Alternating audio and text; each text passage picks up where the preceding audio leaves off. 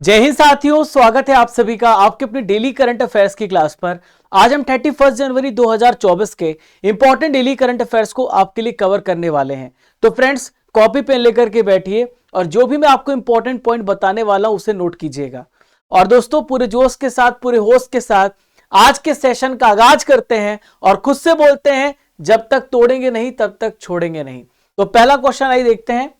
हाल ही में हिम तेंदुआ रिपोर्ट 2024 पेश हुई है। इसमें भारत में हिम तेंदुओं की संख्या कितनी है बताई गई है।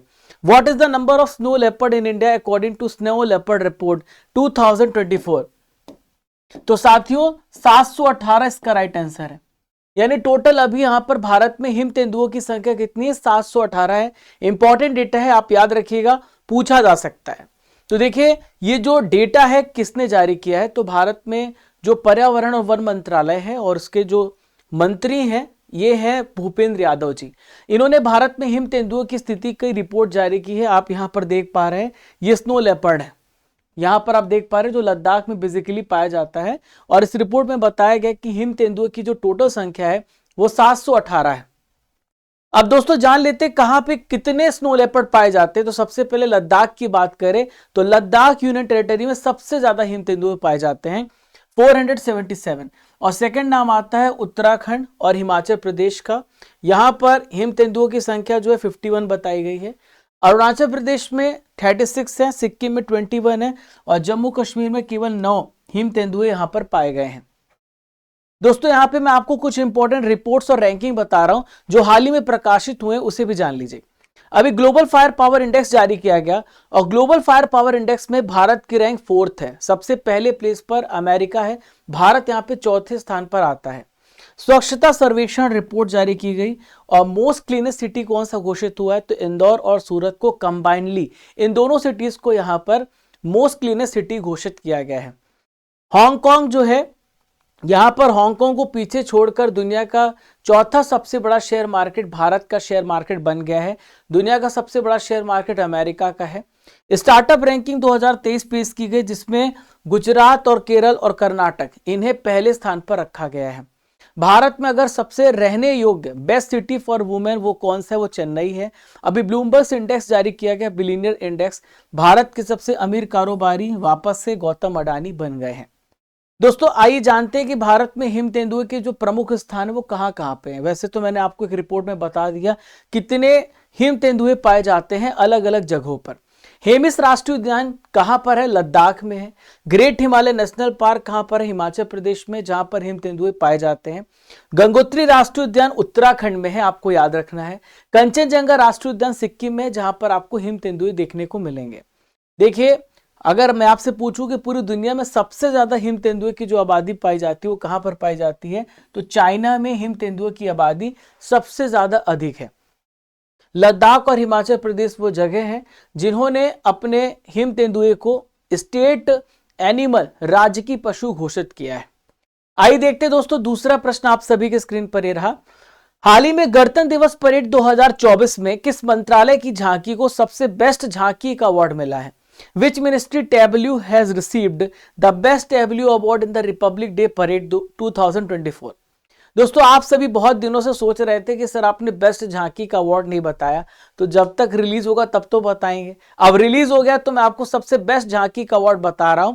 तो बेस्ट झांकी का जो अवार्ड दिया गया है, संस्कृति मंत्रालय, मिनिस्ट्री ऑफ कल्चर की झांकी को यहां पे सबसे बेस्ट झांकी का अवार्ड दिया गया है। आइए देखते हैं, यह है संस्कृति मंत्रालय की झांकी जो कि भारत की डेमोक्रेसी पर आधारित है, भारत की लोकतंत्र पर आधारित है। दोस्तों, ये जो अवार्ड है ये मतलब 31 तारीख के दिन दिए जाते, 30 तारीख के दिन दिए जाते, मीटिंग रिट्रीट समारोह जब खत्म हो जाता है। तो Indira Gandhi national centre for arts जो है, इसके द्वारा यहां पर अवार्ड्स की घोषणा हुई है। और भारत के संस्कृति मंत्रालय की जो झांकी है वो गणतंत्र दिवस समारोह परेड 2024 पे सबसे पहले स्थान पर रही है। पिछले साल आपको याद होगा, मैंने आपको बताया था उत्तर प्रदेश राज्य की जो झांकी थी उसे बेस्ट झांकी का अवार्ड दिया गया था। देखिए, संस्कृति मंत्रालय की झांकी की थीम भी पूछी जा सकती है, भारत लोकतंत्र की जननी, इंडिया मदर ऑफ डेमोक्रेसी, इस झांकी की थीम है। अगर मैं आपसे पूछूं भारत के वर्तमान पर्यटन मंत्री और संस्कृति मंत्री कौन है, तो इनका नाम है जी किशन रेड्डी, जो संस्कृति मंत्रालय संभाल रहे हैं, भारत के मिनिस्ट्री ऑफ कल्चर को देख रहे हैं, इनका नाम है जी किशन रेड्डी। अब दोस्तों बात यहाँ पे Indira Gandhi national centre for arts की आई है, तो मैं आपको इनके बारे में भी पूरा सब कुछ समझाता हूँ। तो देखिए इनका जो काम होता है, कैसा सेंटर है, तो ये रिसर्च का सेंटर है, और यहाँ पर ये अनुसंधान यहाँ पर होता है, शैक्षणिक अनुसंधान केंद्र है जहां पर एकेडमिक रिसर्च होता है, और एक कला के क्षेत्र में रिसर्च किया जाता है, और ये एक प्रकार से कह सकते हैं प्रसार का केंद्र है। इसकी स्थापना कब हुई है? 1985 में इसकी स्थापना हुई है, और ये केंद्रीय संस्कृति मंत्रालय के अधीन आता है। देखिए गणतंत्र दिवस की हम बात कर रहे थे, तो 2024 में जो हमने गणतंत्र दिवस मनाया है वो 75वां गणतंत्र दिवस मनाया है। और इसकी आपसे अगर मैं आपसे थीम पूछूं, तो इसकी थीम है विकसित भारत और भारत लोकतंत्र की मातृका। थीम है रिपब्लिक डे की, developed India, India mother of democracy. देखिए इस बार गणतंत्र दिवस 2024 में हमारे जो मेन चीफ गेस्ट थे वो फ्रांस के प्रेसिडेंट थे इमैनुअल मैक्रोन, ठीक है, ये यहां पर उपस्थित थे। और देखिए गणतंत्र दिवस समारोह जो खत्म होता है वो बीटिंग रिट्रीट समारोह के साथ समाप्त होता है, और फिर इसके बाद हम आपको और भी चीजें बताते रहेंगे जो भी अपडेट आएगा। तो यहां तक सारी चीजें मैंने आपको बताई रिपब्लिक डे से रिलेटेड। दोस्तों आप सभी देख रहे हैं डेली करंट अफेयर्स, और आज है 31 जनवरी 2024। मैं हूं आप सभी का राजा गुप्ता। लगातार 791 डेज से मैं आपको डेली करंट अफेयर्स पढ़ा रहा हूं। देखिए इस क्लास की जो विशेष बात है वो है आपको कंटेंट हिंदी माध्यम में मिलता है, इंग्लिश माध्यम में मिलता है, और सबसे कम समय में आपको डेली करंट अफेयर्स में आपको प्रदान करता हूं। हमारा मकसद है अब हर घर करंट अफेयर्स, तो हमारा मकसद है, मेरा बस नहीं, तो आप सभी को इस करंट अफेयर्स को हर घर पहुंचाना है। इसीलिए ये वाक्य जो है, ध्येय वाक्य जो है यहां पर मैंने रखा है। डेली सुबह 6 AM पर आपको क्लास मिल जाती है। स्टैटिक जीके भी आपको यहां पर मिलता है। भारत का ऐसा कोई भी एग्जाम नहीं जहां से करंट अफेयर्स ना पूछा जाता हो, और आपकी जो क्लास है रामबाण क्लास है। दोस्तों स्टडी कर एप्लीकेशन को आप डाउनलोड करिएगा, जहां पर आपको रेगुलरली इस क्लास की पीडीएफ मिल रही होगी, आप डेली वहां से डाउनलोड कर रहे हैं। टेलीग्राम पर भी पीडीएफ उपलब्ध है, लेकिन एप्लीकेशन पर आप किसी भी दिन की पीडीएफ डाउनलोड कर सकते हैं, वहां पे आपको ढूंढना नहीं पड़ता। तो दोस्तों यहां से आप डाउनलोड कर सकते हैं। राजा गुप्ता करंट अफेयर्स हमारा टेलीग्राम चैनल है, जिससे आप ज्वाइन कर लीजिएगा for important PDF and update. दोस्तों चैनल पर अगर आप पहली बार आ रहे हैं, don't forget to subscribe, like, share and comment. अगर आप सफल होना चाहते हैं दोस्तों, तो आपको अपने काम में एकाग्रता लानी होगी। दोस्तों एकाग्रता का सबसे बड़ा उदाहरण है कि आप अगर किसी कागज को जलाना चाहते हैं, वो भी सूर्य की किरणों से, तो आप देखिए वो तभी जलता है जब आप लेंस का इस्तेमाल करते हैं और उसकी पूरी किरण एक जगह फोकस कर देते हैं, और जैसे आप एक जगह फोकस करते हैं तो जल उठता है। अगर आप बार बार डिस्ट्रैक्ट करेंगे तो उसकी एनर्जी जो होगी अलग अलग जगह फैल जाएगी, और वो कागज कभी नहीं जलेगा। इसी प्रकार से आपने अर्जुन की एकाग्रता के बारे में सुना होगा। मतलब उन्होंने मछली की आंख पे निशाना मारा था, और देखिए उनका एग्जाम्पल आज भी लिया जाता है, ठीक है। तो आप एकाग्रचित होकर के जब तक किसी काम पे लगेंगे नहीं, तब तक आपको सफलता नहीं मिलेगी। इसलिए हमेशा एकाग्रचित होइए। आइए देखते हैं नेक्स्ट क्वेश्चन। अजाली असोमानी ये किस देश के राष्ट्रपति बने हैं? Azali Assoumani has become the president of which country? तो दोस्तों अजाली असोमानी की हम बात करें तो अभी ये प्रेसिडेंट बने कोमोरोस के। कहां पे? कोमोरोस, ये अफ्रीका महाद्वीप में कंट्री आता है, यहां के बने। देखिए चेक गणराज्य की हम बात करें तो पेत्र पावेल हैं, और सिंगापुर के जो राष्ट्रपति थर्मन शनमुगरत्नम है। नेपाल के राष्ट्रपति है रामचंद्र पौडेल, ठीक है, रामचंद्र पौडेल। तो चेक गणराज्य के जो है वो है कौन है? पेत्र पावेल है, मैंने आपको बताया था। सिंगापुर के थर्मन शनमुगरत्नम, नेपाल के वापस से बता दूं रामचंद्र पौडेल, और अजानी असोमानी जो है कोमोरोस के राष्ट्रपति हैं। दोस्तों अजाली जो असोमानी है, इन्होंने टोटल 63% वोट हासिल किए हैं, और ये 4th टाइम, देखिए 4थी बार कोमोरोस के प्रेसिडेंट बन रहे हैं अजाली असोमानी। और देखिए 1999 में इन्होंने इस सत्ता को संभाला, तब से लगातार ये काबिज है। अब देखिए यहां पर हम देखते हैं कि कोमोरोस कहां पर आपको देखने को मिलेगा। आप ये अफ्रीका कॉन्टिनेंट का मैप देख रहे हैं, ठीक है। अब यहां पर आप मेडागास्कर जानते हैं, ये जो आप जगह देख रहे हैं कोमोरोस है, आइलैंड कंट्री आप यहां पे देख रहे हैं। तो कोमोरोस जो है इसकी जो कैपिटल है वो है मोरोनी, और यहाँ पे जो करेंसी का इस्तेमाल किया जाता है वो है कोमोरियन फ्रैंक। क्या है? कोमोरियन फ्रैंक। और महाद्वीप का क्षेत्रफल की दृष्टि से तीसरा सबसे छोटा देश है। दोस्तों परीक्षा संजीवनी में इंटरनेशनल अपॉइंटमेंट की बात करेंगे, हाल ही में अंतरराष्ट्रीय नियुक्तियां जितनी भी हुई उससे बात करते हैं। तो ग्वाटेमाला के प्रेसिडेंट हैं बर्नार्डो एरेवालो। ताइवान के नए प्रेसिडेंट बने हैं लाई चिंगते।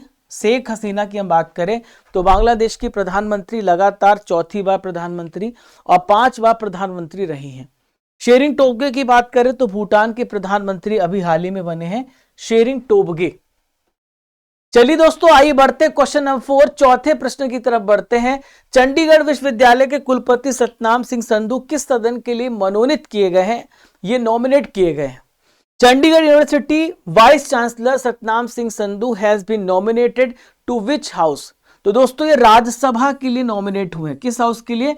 राज्यसभा के लिए जो चंडीगढ़ विश्वविद्यालय के कुलपति सतनाम सिंह संधू यहां पे नॉमिनेट किए गए हैं।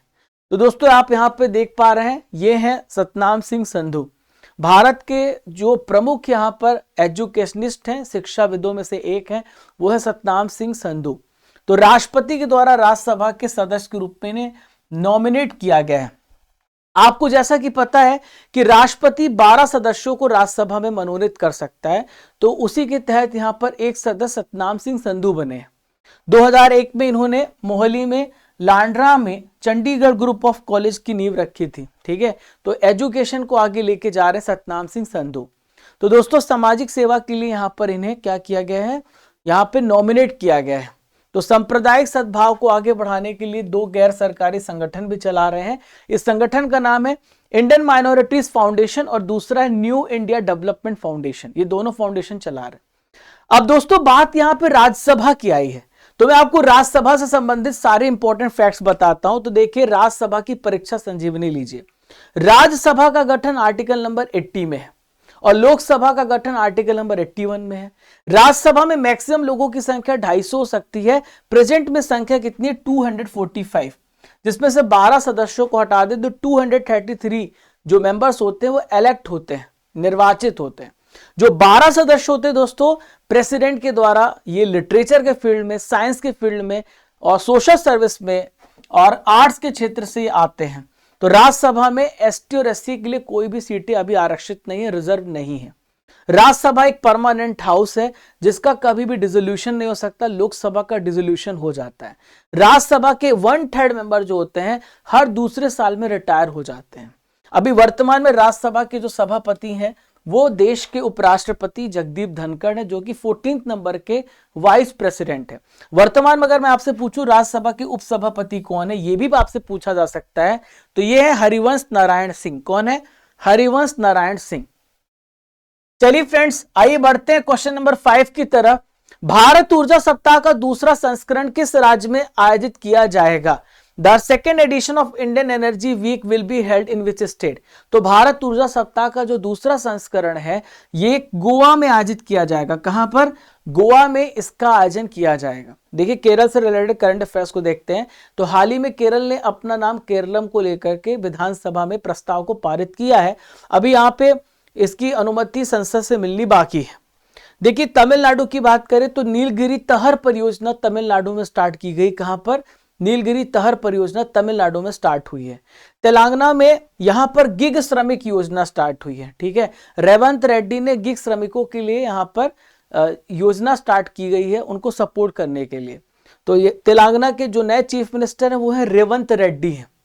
तो गोवा में ऊर्जा सप्ताह का दूसरा संस्करण यहां पर आयोजन किया जा रहा है, जो कब से कब तक चलेगा? तो साथियों 6 से लेकर 9 फरवरी तक 2024 में गोवा में इसका दूसरा संस्करण होने वाला है।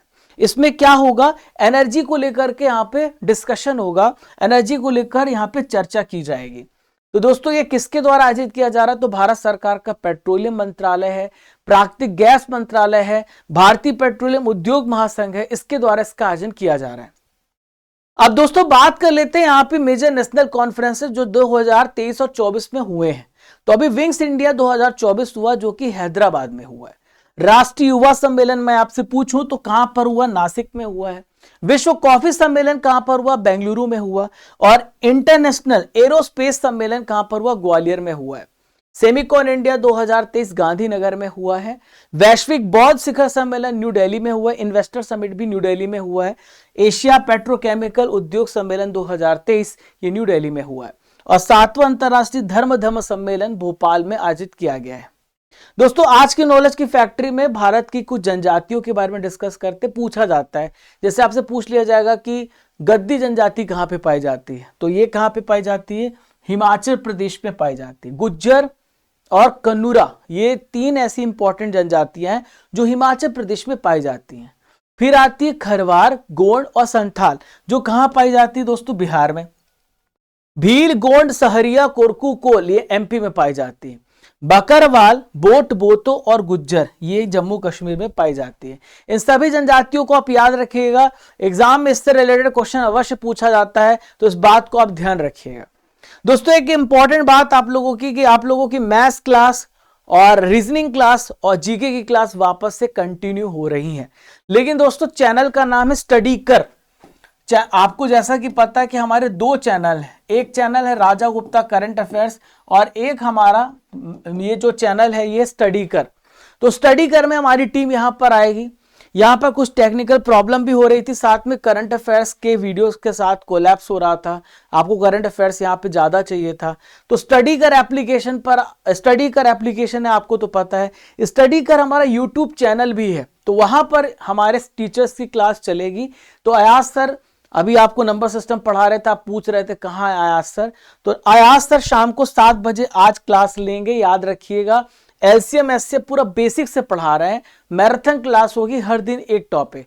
रात को 8 बजे सुरजीत सर आपको पढ़ाएंगे रीजनिंग, ठीक है, रात को 8 बजे। और रात को 9 बजे 10,000 प्लस का जीके जीएस का जो ब्रह्मास्त्र है राजेश सर लेके आएंगे रात को 9 बजे। तो जुड़ना मत भूलिएगा, लगातार 7 से 10 और पूरा दिन मेरे साथ करंट, एक कंप्लीट आपके लिए चैनल ये है।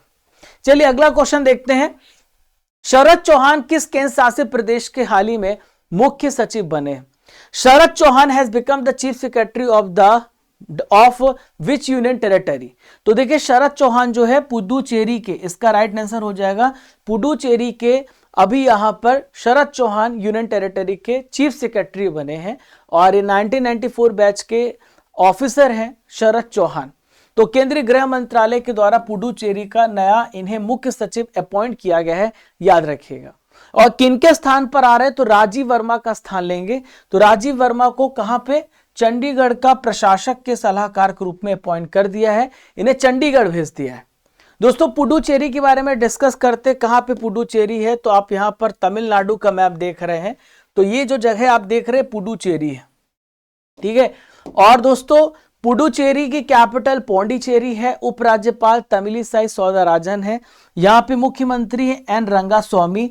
और दोस्तों, मैं आपको बता दूं कि यहाँ से इलेक्शन भी होते हैं, यहाँ से चुनाव भी होते हैं। और दिल्ली में भी है। दिल्ली और पौंडीचेरी एक ऐसी जगह है यूनियन टेरिटरी जो राष्ट्रपति के चुनाव में भाग लेते हैं, इलेक्शन में भाग लेते हैं। विधानसभा सीटों की बात करेंगे हम तो 30 विधानसभा सीटें हैं। राज्यसभा सीटें यहां पर 1 है, लोकसभा सीटें 1 हैं और यहां पे हाई कोर्ट जो है मद्रास उच्च न्यायालय है। हाल ही में कुछ इंपॉर्टेंट नियुक्तियां वापस से डिस्कस करते हैं। तो पेप्सिको इंडिया के सीईओ हैं जागृत कोटेचा। यूपीएससी के नए मेंबर बने हैं शीलवर्धन सिंह। शेरिंग टोप के भूटान के प्राइम मिनिस्टर हैं और महाराष्ट्र की महिला डीजीपी हैं रश्मि शुक्ला। कमेंट बॉक्स में बताइए रश्मि शुक्ला को एक और इंपॉर्टेंट पद दिया गया है, तो आप मुझे बताइए कौन सा इंपॉर्टेंट पद दिया गया है। चलिए क्वेश्चन नंबर 7 पे चलते हैं। हाल ही में किस संगठन ने भारत के मराठा सैन्य परिदृश्य को विश्व विरासत सूची में शामिल करने के लिए नामांकित किया है? Which organization has nominated India's Maratha military landscape for inclusion in the World Heritage List? तो दोस्तों, आपको पता है वर्ल्ड हेरिटेज में जो शामिल करता है वो यूनेस्को शामिल करता है। भारत में टोटल अभी 42 यूनेस्को साइट है। तो अभी हाल ही में 41 और 42 जो यूनेस्को साइट है उसमें आपको दिखाता हूं कौन से बने हैं। तो आप यहां पर देखिए 2024-25 के लिए यूनेस्को ने भारत के मराठा सैन्य परिदृश्य को यहां पर यूनेस्को में शामिल करने के लिए नॉमिनेट किया है और संभवतः शामिल हो जाएगा। ये आप शानदार जगह देख रहे हैं मराठा साम्राज्य की, आप यहां पर देख पा रहे हैं। तो यहां पर क्या क्या इसके टोटल 12 ऐसे पार्ट हैं। महाराष्ट्र में सलेहर किला है, शिवनेरी किला, खंडेरी किला, रायगढ़ प्रतापगढ़, सुवर्ण दुर्ग, लोहागढ़, पन्हाला किला, विजयदुर्ग, सिंधुदुर्ग और तमिलनाडु में जिंजी किला। तो मराठा सैन्य के परिदृश्य के टोटल 12 हैं। इनको यूनेस्को में शामिल करने के लिए भारत ने अभी यहां से सुझाव दिया है, शामिल हो जाएगा संभवतः, तो आपको करंट अफेयर्स में बता दिया जाएगा। ठीक है, इनका जो विकास हुआ था 17th और 19th सेंचुरी के बीच में हुआ था, मध्य में हुआ था। ठीक है, तो भारत में टोटल 42 यूनेस्को साइट है। अब 34 इसमें कल्चरल साइट है, 7 नेचुरल साइट है और एक जो है मिक्स्ड साइट, यानी जो कल्चरल भी है और प्राकृतिक भी है। यूनेस्को में हम बात करें तो यूनेस्को की स्थापना 1945 में हुई है। पेरिस फ्रांस में इसका हेडक्वार्टर है। आंद्रे अजोले वर्तमान में इसके महानिदेशक है। क्लियर है। और यहां पर इसका काम जो होता है वो दुनिया भर के धरोहर स्थलों को कंजर्व करना और साथ ही साथ शिक्षा के संबंधित विकास करना और यहाँ पर कंजर्व करना, संस्कृति का संचार करना, ये इसका इंपॉर्टेंट फंक्शन है। अब दोस्तों यहाँ पे आप देख पा रहे हैं ये जो 41 या 42 नंबर का यूनेस्को साइट आप देख रहे हैं, तो 41 नंबर का शांति निकेतन है, हाल ही में घोषित हुआ है, और 42 नंबर का होयसाला मंदिर है। तो इन दोनों को आप याद रखिएगा। होयसाला मंदिर आपको कर्नाटक में देखने को मिलेगा और शांति निकेतन आपको पश्चिम बंगाल में देखने को मिलेगा। चलिए अगले क्वेश्चन की तरफ बढ़ते हैं। हाल ही में ट्राई के अध्यक्ष कौन बने हैं? Who has become the chairman of try? तो देखिए, try telecom regulatory authority of India के जो अध्यक्ष बने हैं ये अनिल लाहोटी बने। अनिल लाहोटी पहले रेलवे बोर्ड के ये चेयरमैन थे, ये सीईओ थे, और अब जो है ये ट्राई के अध्यक्ष हो गए। अभी रेलवे बोर्ड के जो वर्तमान अध्यक्ष हैं वो हैं, कौन है? जया वर्मा सिन्हा है। ठीक है, अब देखिए हितेश कुमार मकवाना की बात करें तो भारत की जो आर्कियोलॉजिस्ट हैं ये महानिदेशक है। ठीक है, सिद्धार्थ मोहंती की बात करें तो LIC में MD बनाए गए। अभिजीत चक्रवर्ती की बात करें तो SBI कार्ड्स के मैनेजिंग डायरेक्टर बनाए गए हैं। तो ट्राई के अध्यक्ष हैं अनिल लाहोटी। ट्राई के अध्यक्ष कौन है? अनिल लाहोटी। आप यहाँ पे देख पा रहे हैं, जिसका फुल फॉर्म है telecom regulatory authority of India, और ये PD वघेला का स्थान लेंगे। ठीक है, PD वघेले के स्थान पर आ रहे हैं। इनका जो कार्यकाल होगा 3 साल की अवधि के लिए होगा और 65 वर्ष की आयु तक जब भी पहुंचने की मंजूरी मिल जाएगी या अपॉइंट किए गए। अच्छा, ट्राई की बात हम करें तो इसकी स्थापना 1997 में हुई है। भारत में जितने भी टेलीकॉम सेक्टर उसको रेगुलेट करने का काम यहाँ पे ट्राई का होता है और न्यू दिल्ली में इसका हेडक्वार्टर है। चलिए क्वेश्चन नंबर 9 देखते हैं। इंपॉर्टेंट क्वेश्चन है, बहुत ज्यादा महत्वपूर्ण प्रश्न है। पार्वती काली सिंध चंबल लिंक परियोजना, इसे बोलते हैं ERCP, ये किसके बीच में हाल ही में समझौता हुआ है कि पार्वती काली सिंध और चंबल को लिंक किया जाएगा? उससे बड़े बड़े यहाँ पर क्या किया जाएगा? बड़े बड़े प्रोजेक्ट्स डेवलप किए जा रहे हैं इनको लिंक करके। तो ये किसके बीच में साइन हुआ है? तो मध्य प्रदेश, राजस्थान और केंद्र सरकार। तो आप याद रखिएगा, मध्य प्रदेश, राजस्थान और केंद्र सरकार के बीच में हाल ही में समझौता हुआ है कि हम पार्वती काली सिंध चंबल को लिंक करेंगे, और यहां पर इन तीनों के बीच में त्रिपक्षीय समझौता हुआ है। इसको लेकर के हस्ताक्षर किए गए और इससे राजस्थान मध्य प्रदेश में बहुत ज्यादा विकास होगा। ठीक है, तो राजस्थान के जो यहाँ पे जल शक्ति मंत्री हैं, यहाँ पर राजस्थान के CM है वो है भजन लाल शर्मा, और मध्य प्रदेश के CM है डॉक्टर मोहन यादव, और केंद्र सरकार की तरफ से केंद्रीय जल शक्ति मंत्री गजेंद्र सिंह शेखावत हैं। इन तीनों की यहाँ पर बैठ करके बातचीत हुई है और यहाँ पर हस्ताक्षर किए गए हैं। अब आइए जानते इससे क्या होगा। तो इससे परियोजना में जो परियोजनाएं बनाई जा रही है, इससे टूरिस्ट सेक्टर बढ़ेगा, इससे इंडस्ट्रियल इन्वेस्टमेंट बढ़ेगा और साथ ही साथ एजुकेशनल जो संस्था है उसको बढ़ावा मिलेगा। तो दोस्तों यहाँ पे होगा क्या कि MP और राजस्थान के टोटल ऐसे 26 जिले हैं और 26 जिलों को यहाँ पर 5,80,000 से हेक्टेयर भूमि की इरिगेशन और 30 से 40 साल तक लाखों लोगों को पेयजल की सुविधा मिलेगी। ठीक है, तो यहाँ पे 90% जो खर्च होगा इस परियोजना में वो यहाँ पे केंद्र सरकार इसको वहन करेगी और 10% यहाँ पे राज्य सरकार इसको वहन करने वाली है, और इसमें 50,000 करोड़ रुपए खर्च होने वाला है। देखिए, राजस्थान के 13 जिले हैं जहां पर इसकी सुविधाएं मिलने वाली हैं। तो ये 13 जिले अलवर, दौसा, भरतपुर, जयपुर, अजमेर, टोंक, करौली, धौलपुर आप यहाँ पे देख रहे हैं। और मध्य प्रदेश के यहाँ पर शिवपुरी, ग्वालियर, ये वाला जो वेस्ट पार्ट है, इंदौर, देवास, ये सारे जिलों पर पानी पहुंचाया जाएगा इस परियोजना के माध्यम से। इसके तहत टोटल 7 बांध बनाए जाएंगे। ठीक है, चलिए लिंक करके, अभी लिंक होगा, इस पर 50,000 करोड़ रुपए खर्च होगा।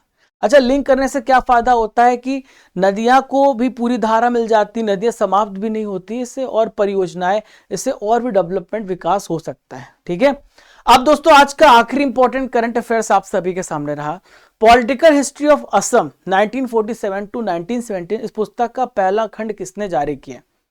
Who has released the first volume of the book Political History of Assam? तो दोस्तों इससे जारी किया है यहां पर असम के चीफ मिनिस्टर हिमंत बिश्वा शर्मा ने। ये असम के मुख्यमंत्री आप देख पा रहे हैं जिन्होंने इसका पहला संस्करण खंड 1 जारी किया है। इसमें आपको असम की राजनीतिक इतिहास के बारे में पता चलेगा कि पॉलिटिकल हिस्ट्री कैसी रही है। 2025 तक पॉलिटिकल हिस्ट्री ऑफ असम के तीनों संस्करण लॉन्च किए जाएंगे और यहाँ पर पूरी मतलब असम की जो बैकग्राउंड रही है, राजनीतिक घटना रही है, वो सब इसमें बताया गया। दोस्तों परीक्षा संजीवनी में मैं आपको इंपॉर्टेंट बुक्स के बारे में बता रहा हूं जो 2023 में प्रकाशित हुई हैं। ठीक है, ये है पहले डॉक्टर विजय डारदा के द्वारा रिंग साइड लिखी गई है। आजाद जो है गुलाब नबी आजाद ने लिखे। Irfan a life in movie Shubhra Gupta के द्वारा लिखी गई। नारायणन वागुल ने रिफ्लेक्शंस लिखी है। क्लियर है? ओके दोस्तों, यहां पर हमने पूरे 10 महत्वपूर्ण करंट अफेयर्स कवर कर लिए। अब दोस्तों ट्रिपल आर की बारी आ गई है, यानी repeat, recall, revise current affairs की बारी आ गई है। अक्टूबर महीने के करंट अफेयर्स को यहां पर हम कवर करेंगे, अक्टूबर का रिवीजन करेंगे। तो आप सभी कमेंट बॉक्स पर अपना आंसर दीजिएगा।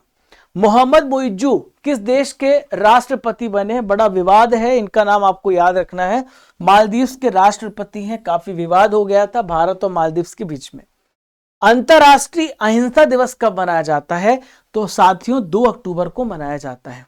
मेडिसिन में 2023 का नोबेल पुरस्कार किसे मिला था? तो दोस्तों यहां पे कैटलिन करीकू और ड्रू विस्मैन को मिला था। दोस्तों एमआरएनए की खोज की वजह से, जिसकी वजह से जो इम्यून सिस्टम है, आपने कोरोना में जो आपको वैक्सीन लगी है उसमें एमआरएनए एक बहुत बड़ा रेस्पॉन्सिबल फैक्टर था जो आपके शरीर में इम्यून को बढ़ाता है। जाति गणना के आंकड़े जारी करने वाला पहला राज्य कौन सा है? पहला राज्य बिहार है, दूसरा राज्य आंध्र प्रदेश है। भौतिकी का नोबेल पुरस्कार 2023 किसे मिला है? तो पियरे ऑगस्टिनी, फेरेंस क्राउसेस और एन हुलियर, इन तीनों को मिला है। तो इलेक्ट्रॉन की मूवमेंट के लिए, इलेक्ट्रॉन की इस मूवमेंट की स्टडी के लिए मिला है। बीआरओ का 28वां महानिदेशक कौन बनाया गया है? तो रघु श्रीनिवासन बीआरओ के 28वें महानिदेशक बनाए गए।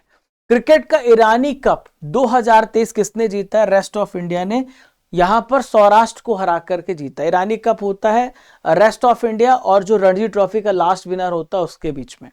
संप्रीति 11 भारत और किस देश के बीच में आयोजित हुआ? तो संप्रीति और बुंगो सागर, ये दोनों भारत और बांग्लादेश के बीच में होते हैं। साहित्य का नोबेल पुरस्कार जॉन फोसे को दिया गया, इनका संबंध किस देश से है? तो इनका संबंध नॉर्वे देश से है। एशियन गेम्स 2023 में भारत का स्क्वैश मिक्स्ड डबल्स में कौन सा मेडल मिला है? तो यहाँ पे गोल्ड। सैन्य अभ्यास सदा तंसिक का आयोजन भारत और किस देश के बीच में शुरू हुआ है? तो सदा तंसिक का जो आयोजन है भारत और किसके बीच में शुरू हुआ है?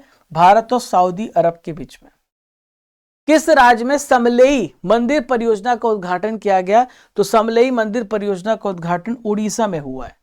भारत का पहला अनुसंधान आधारित आईआईटी उपग्रह परिसर कहां पर स्थापित होगा? उज्जैन में। पीएम मोदी के द्वारा परीक्षा पे चर्चा का कार्यक्रम का कौन सा संस्करण आयोजित हुआ? 7वां संस्करण। पूर्वोत्तर भारत का पहला प्राकृतिक चिकित्सा अस्पताल किस राज्य में शुरू हुआ है? असम राज्य में स्टार्ट हुआ। कहां पर? असम में। पश्चिमी अफ्रीकी गुट इकोवास से किन देशों को निलंबित कर दिया है? नाइजर, माली, बुर्किना फासो। सांभर महोत्सव 2024 का आयोजन किस राज्य में किया गया? राजस्थान में किया गया। महदा केहान हत्व-1 उपग्रह को किस देश ने लॉन्च किया है?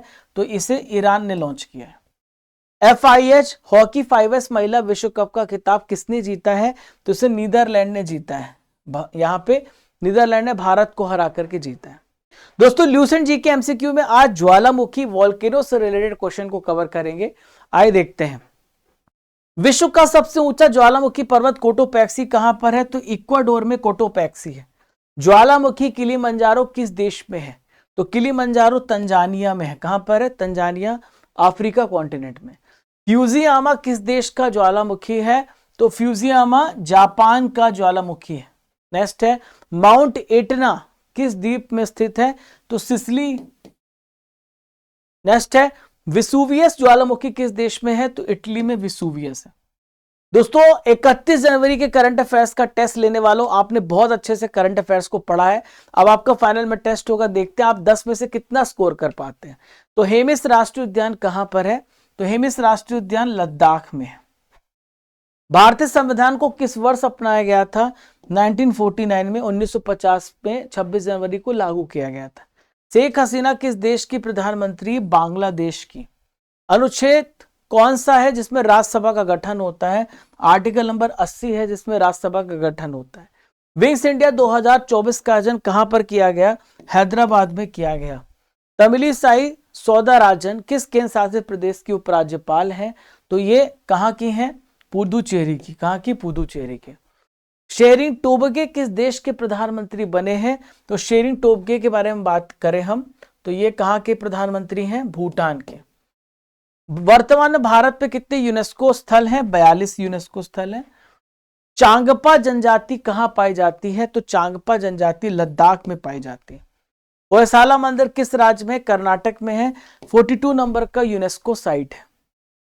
आज का सवाल है दोस्तों आप लोगों के लिए, हिम तेंदुआ रिपोर्ट 2024 के अनुसार भारत में हिम तेंदुओं की संख्या कितनी है? इसका आंसर आपको कमेंट बॉक्स पे देना है।